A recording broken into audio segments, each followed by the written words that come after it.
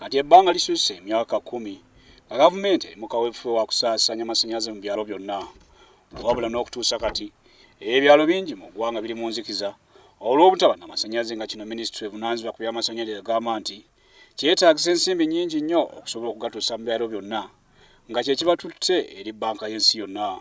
The level of access to national-wide was 49% and the access in rural was only 7%.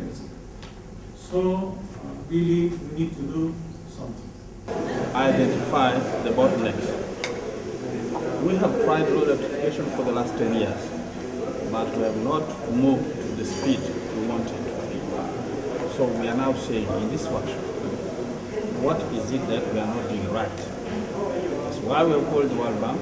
Bano era bagamba nti okulwawo okuzimba amabiri ag'amasanyalaze amalala nga kaluma nago gakoze kinene nnyo okulemesa ensaasaanya y'amasanyalaze okwongera ku bungi okufulumizibwa. Some of these interventions are with respect to generation. We have the construction of Karuma and the Simba hydropower projects, which are already underway, and will bring about 800 megawatts onto the. Wabula bano era banyiivu eri abantu abagufudde omuze okubba amasanyalaze nga tebakoma kufiiriza ggwanga wabula tebaviirako n'okuteeka obulamu bwabwe mu mateeka. But theft is not very easy to fight. This is one of the ways, the technical way.